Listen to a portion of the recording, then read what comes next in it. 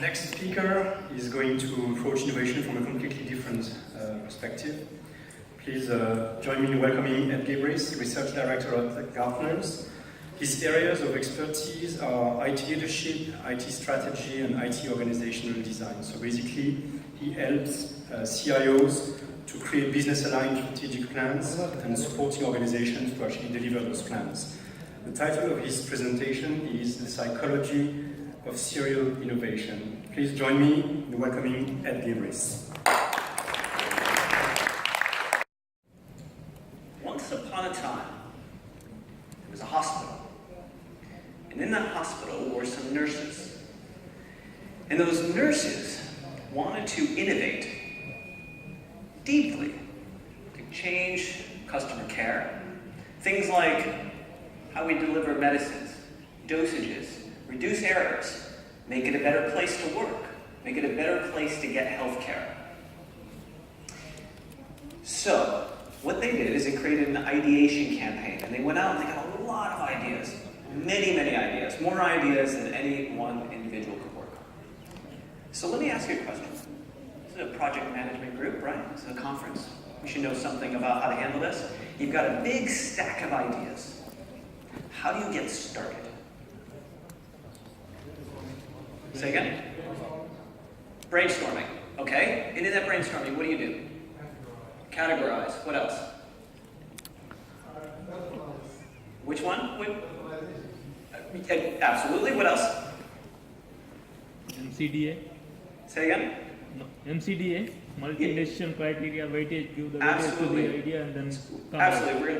We're going to prioritize these things. We're going to categorize these things. We got to make some order out of this, right? It's just what we do really well, isn't it? We create order out of chaos.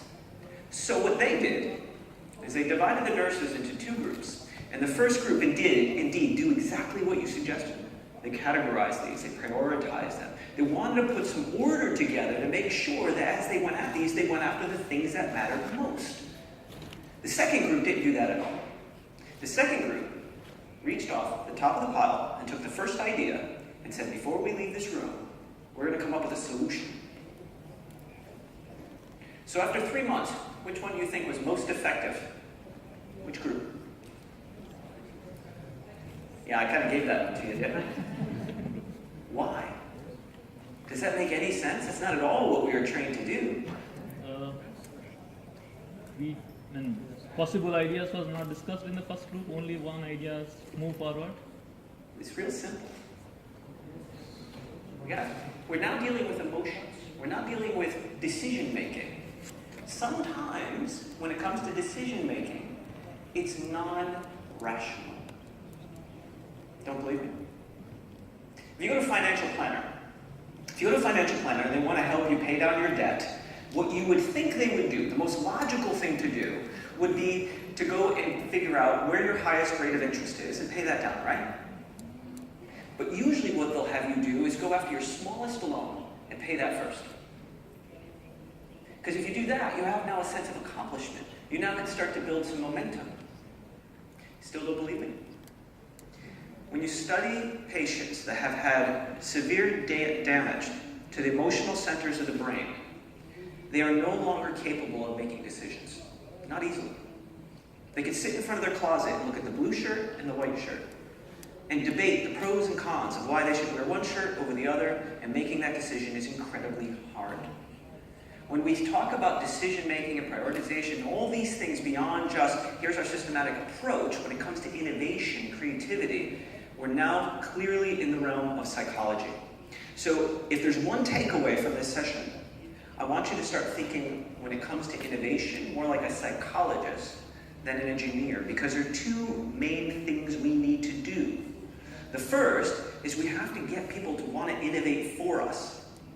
And second, once they're innovating, we have to be able to maintain that momentum. So, how would you kill innovation? Now, we've listed 10 different reasons or different ways that we've seen with clients and case studies as to how to clearly kill innovation. I won't go through all these, I'll let you look through those. But what you're going to see there is business as usual. This is the way we typically work. If we want to do innovation, are we just putting up a big sign that says, let's go innovate? Are we actually encouraging that innovation? Are we finding ways and formats to put together so that they actually know that this is expected? Are we rewarding people for innovation? Or are we still rewarding people for effective, efficient types of services? Are we allowing them to go off and be a little bit creative? Are we only looking for the creative types? When you think of innovators, are you thinking the person who maybe, plays jazz guitar on the weekends, has an art collection? Maybe this is our #1 innovator in the room. She's creative. Maybe. Absolutely. Oh, we've got some work to do. All right. Here are the 4 main motivators that we've seen to helping take the first step. Now, this is based on our own case studies. It's based on psychological literature. The first is purpose. Why is this important? Now, you've heard already, Her Excellency gave us a great purpose, right? This is all about improving national health, right? Creating a better Dubai, a better UAE. That's a pretty special purpose. But when we get into your individual organizations, does that purpose still carry? Expectations. Do people know they're supposed to be innovating? Again, have you just thrown a banner up on the back wall, now you expect everybody to innovate? Identity. Do they see themselves as innovators? Or do they see themselves as the engineer that's going to sit in the back office and let somebody else innovate? And this one's really important. Have we made it safe for people to innovate? It's one thing to say, go ahead and innovate. It's another thing to give people the space and the structure and the frameworks in which they can go innovate. This is going to be very different than the way they've done things in the past. So the #1, or probably the most important, is purpose. When we're talking about purpose, we have to go beyond just let's innovate. I get the opportunity to read lots of business strategies and IT strategies, and the word innovation is used a lot. It's one of those catchy words, right? We talk about world-class and best-in-class and best of breed, and we're going to do things through innovative ways. But we've already heard there are a lot of definitions of innovate, right? So when you are hiring people into your organization, are you looking for innovative people? Are you? No? Probably not. Maybe some. You're going to be thinking about it though, aren't you? And when you do you just say, we want innovative people, and then when you interview them, you want to make sure they're on time and they can deliver projects and those kinds of things? Do they get excited about coming into work because they're going to be an innovator? This is an ad for SpaceX. I don't know if you can read it. It says, our ultimate goal is an aviation-like spaceflight capability and making humanity a multi-planet species. Interplanetary species, the first. That's quite a lofty goal. That is something to get excited about going to work for. Are the people going to get excited to go work for a world-class organization without understanding what's the purpose? Why are we doing this? So, having a shared vision, one that's interdependent, is incredibly important, helping people understand how they can come together and innovate, giving them that sense of purpose. Now, I at one point had worked in Wall Street in New York. The sense of purpose there is very clear. Anybody want to guess what that is? Make money. And you know what? Most people that work there are all about making money. There is a very clear sense of purpose. It works. And it creates a culture around that. At SpaceX, what is their purpose? To help humans become the first interplanetary species. See how that works? It doesn't have to be as lofty as this, but it needs to be deliberate. It could be go make a lot of money. It could be something like this. So as long as it's motivating, it can be small or large, but it has to be very clear. So we looked at, as part of this research, what are the main characteristics that drive somebody to innovate? Now this is just a random list, well, random in that it's not in any particular order, so you probably can't see it from there, but things like, are we going for the creative personalities? Again, we all agreed already that this is probably our biggest innovator, right? She's demonstrating it as we talk. Is it a matter of what's their motivation? Am I doing it for my job, or am I doing it for myself? Because I'm already a driven innovator, and maybe that's why you hired this person. Is it because the organization has such a great mentorship program? So what are the things that actually work? Well, we looked at that. And it weighted, kind of looks like this. So you notice the creative personality is right about the middle in that blue section. So it could be important, but not that important really. So although we're very happy she's here doing all that, every one of us is a potential innovator. Every one of us is a potential creative. So now, if we look down the bottom of that list, tenure. In other words, the person who's lasted there the longest. This happens a lot. We'll go to the people who are really good managers or really good performers on a normal day, and we'll say, well, that should be the person who can innovate because they normally do really good work, right?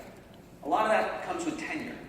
But we've seen that tenure actually doesn't add up to much. I'm not saying it's negative.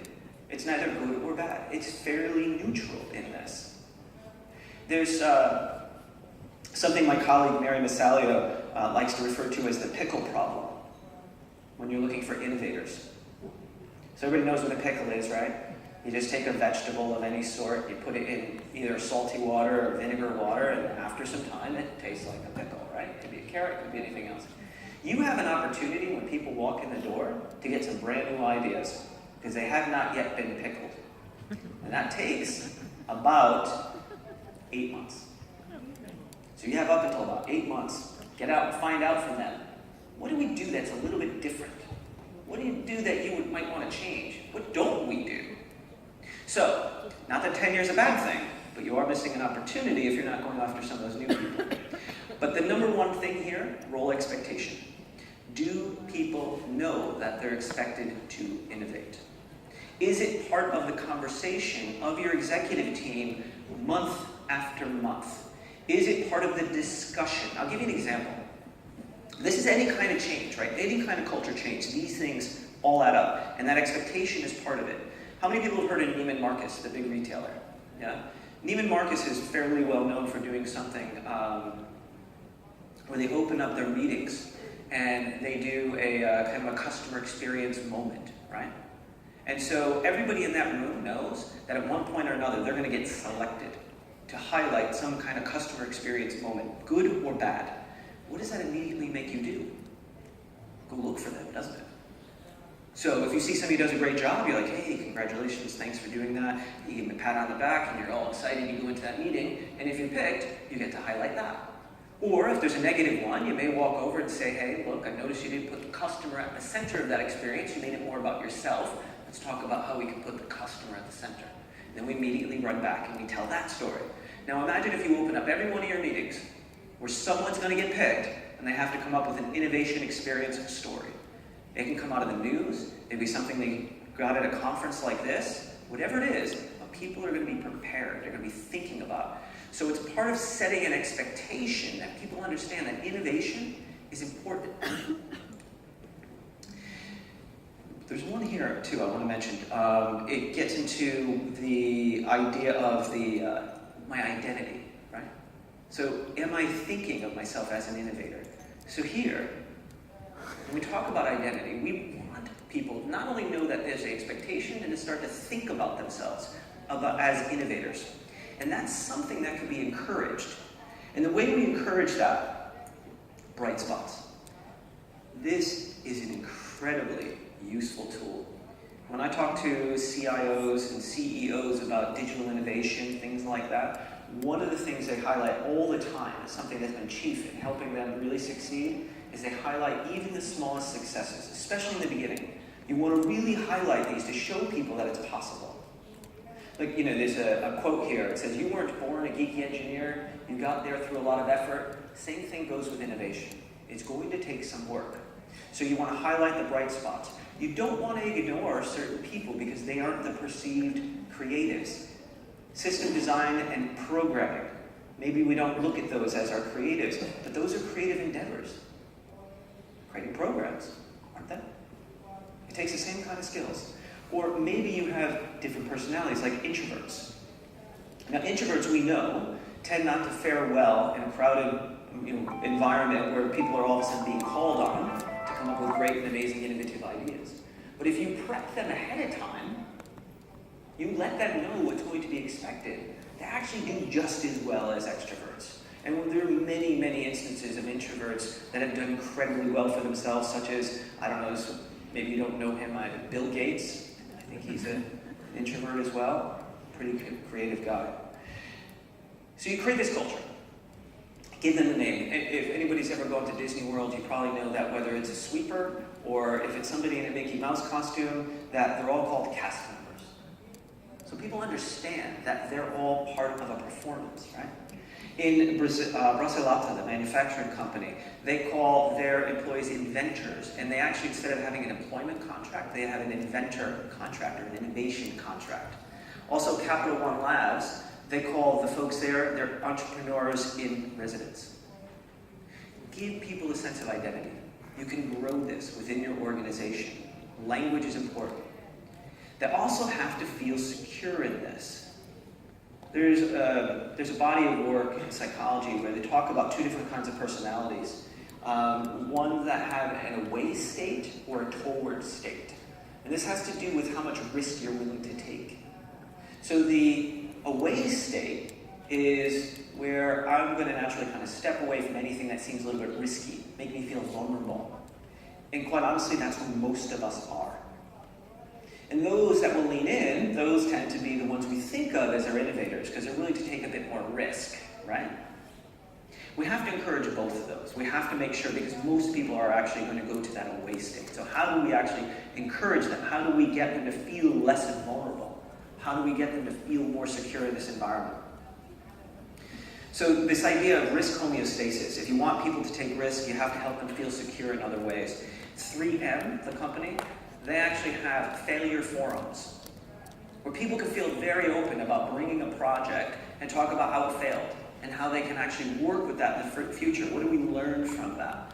There's a plastics company, Gore Plastics, and what they do is they actually celebrate successes from their innovation projects they celebrate failures just like they would celebrate successes.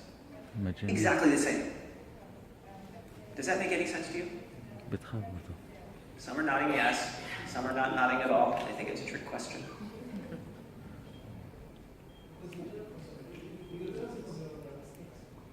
I didn't hear any of that because everybody's talking at the same time, but I like that we're involved in here. Look, it's going to work really well because, we've all read, or we've heard at least like lean startup and all, we talk about fail fast. I'll be honest with you, I'm not a big fan of fail fast. It kind of sends the wrong message to most people. We're going to fail a lot, and eventually, maybe, I don't know, we'll succeed. But think of it this way. We're innovating to learn. We're not failing fast.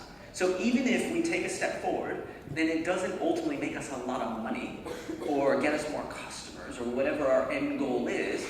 We've actually learned something in the process, right? And we can actually set up an environment that makes that very clear how that works. So be very careful about the language you use and emphasize this idea of learning. This is another thing I've seen in organizations that have been very successful with innovation. They take this to heart. An example, an insurance company we talked to. Typically innovation means failure, right? It's risky for most organizations. They have to invest some money, some time, some people, and they don't actually know what they're going to get out of it. But we are going to learn, and that was really the big takeaway from them is they focused on this idea of learning and experimentation. And we've seen a couple examples where you can actually celebrate those failures. So then how do we generate that momentum? Once we've got people understanding that it is a safe place to innovate, it is part of their identity, it is part of our purpose. We're actually trying to do this to satisfy the end goals of our company, our government agency, whatever it might be. We have to maintain attention on this. There should be an assigned role. And I know in the UAE there's a lot of focus on assigning chief innovation officers, and this is a really good thing because without that kind of clear dedication to it, innovation programs last no more than about 18 months before they die. You have to have that clear focus, somebody deliberately responsible for it. And it has to be habit. Habit is about repetition. You have to just keep doing these things, right? How many repetitions does it take to create a new habit? Curious to see what you say. I always get different answers. 2, 7, 17, 31. It's like 21. It's like an auction, isn't it? It goes to the man with 31. No, I don't know the answer, to be honest. I've heard so many. But yes, so we get the idea. It takes quite a bit of repetitions, right? So we have to keep doing this. We have to keep encouraging people. We have to make it safe. And we have to have the engagement in a community. Innovation is like exercise. It requires attention. At this point, I can sit here and say, what I'm doing, what we're all doing, is the equivalent of handing you trainers and a tracksuit. And now you go back and you tell your friends and your family, I just had this really interesting talk, I hope. You know? And you say, so I've got my trainers and track shoes, but it's your job to put them on and go running tomorrow. It's your job to actually do the things we're talking about. And that's why we need somebody actually responsible for the job and have to make it part of our culture. So when we talk about innovation, quite often we talk about programs here. I know you can't really see it from there, I apologize, but we heard earlier about hackathons. Hackathons are a great way to produce innovation, and it actually engages the broader community within your organization. We'll do innovation labs, horizon scans, innovation days. All these things are what we typically think about when we talk about innovation activities. But then we have a whole other side. When we talk about who actually is responsible, do we have a chief innovation officer? Are we doing sponsorship programs? Do we have an innovation university within our organization? The things that are on the left is where we tend to focus our ideas and concentration, and that's good. But the things on the right are the things that are going to create the momentum. So if we're going to be successful with hackathons and these other kinds of one-off programs, we really require innovation, or we really require effort in these other types of innovation programs that actually create momentum over time. I know it's a little difficult to see, but I think you can download the slide on this. So here's an example. Some of you may be familiar with this. This is not a Gartner framework or anything. It's called the STREET process for continuous innovation. It's used a lot in innovation programs, especially where there's a handoff. If you're working in, say, product, usually in product there's a clear line of sight from the idea all the way to the product, and you can follow it through. We don't all have that opportunity, so something like this can help. So in the beginning you have where we scope, so this is where we're getting our ideas. And then we're going to track and rank those. I know I gave you the example earlier on of the nurses where they didn't track and rank. Some prioritization is probably important in your organization. I'm just trying to emphasize that sometimes we have to think a little bit beyond that and instead of just focusing on process all the time. So once we track and rank these, then there's a handoff, right? So we'll have certain candidates that meet our goals, meet our objectives, have a higher likelihood of success, and we pass them over for evaluation, transfer, evangelize. There's a lot more information you can grab on the web. There's books about it, but this is just an example of something you might want to use to kind of create a framework for your innovation. And then you have to make it automatic. Again, it's got to be about a habit. So you want to create a path of least resistance. As I said, it's kind of like handing you track shoes and a running outfit. Well, now it's your job to put it put it out so you see it first thing in the morning. And what I mean by that, in your own organizations, you can start to set things up in your environment that get people thinking about innovation. And it goes beyond just banners, but maybe you have an innovation room. Or maybe you encourage people to have a certain number of hours a week where they're innovating, they're bringing ideas forward. The quote there from Chip Heath, from the author of Switch, you cannot direct your people to each have a brilliant idea every Tuesday at 4 p.m. I mandate you to innovate. That doesn't work. But you can direct them to do something that is likely to spark that brilliant idea. For example, taking time every Tuesday at 4 p.m. to go to a different department and talk to a potential user of your product. Go to the front line, whatever that looks like, where the citizen or the customer meets your organization. You can look for small problems there that need to be solved. And then how easy is it to get in and out of your innovation program? And how fun is it? So you want to make sure it's engaging. You want to make sure people clearly see that they can contribute ideas, how approvals work, how long it takes to get decisions. You don't want to sit on these too long. And then what will make people keep coming back. Boa Vista, I thought this is a great example. What Boa Vista does is they set up this virtual currency and an innovation platform. And people can get a set amount to start of their currency, and they're allowed to kind of invest in ideas within their organization. And if that idea makes it through certain innovation gates and gets approvals, they'll actually make money back, just like an investor. And then they can use that money to buy anything from iPads to days off. You can gamify this to get that kind of engagement. And then have a community to make it social. You want this to become contagious, because once the culture of your organization takes this on, it will become sustainable naturally, by itself. In Wall Street, if you're not there to help make money, you will be rejected.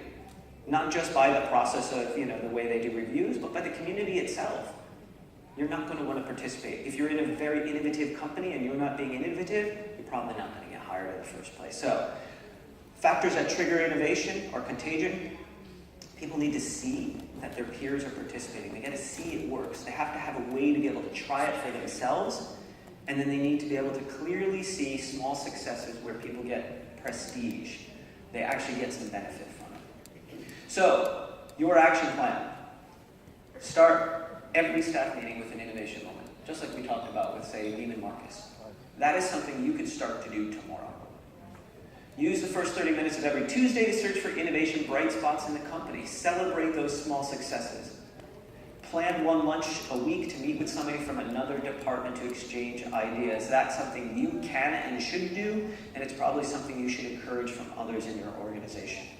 Organize team field trips inside and outside a company. I've talked to a number of CIOs and CEOs who have done this, inside and outside of their industry, just to go see what's happening. And it does a couple of things. It gives the folks responsible for innovation a great new idea. It also lets them see the good ideas that they've already had and the good work they're doing. And then each month ask, what are we doing that's innovative and what have we learned so far? So, yeah. I think that's the main point. Like I say, I ran out of time, but we have a Q&A right afterwards, so I think I'll leave any questions to that. Thank you. Thanks, Ed. As Ed mentioned, we're going to have a Q&A session at the end of the third presentation, so you can bounce questions off both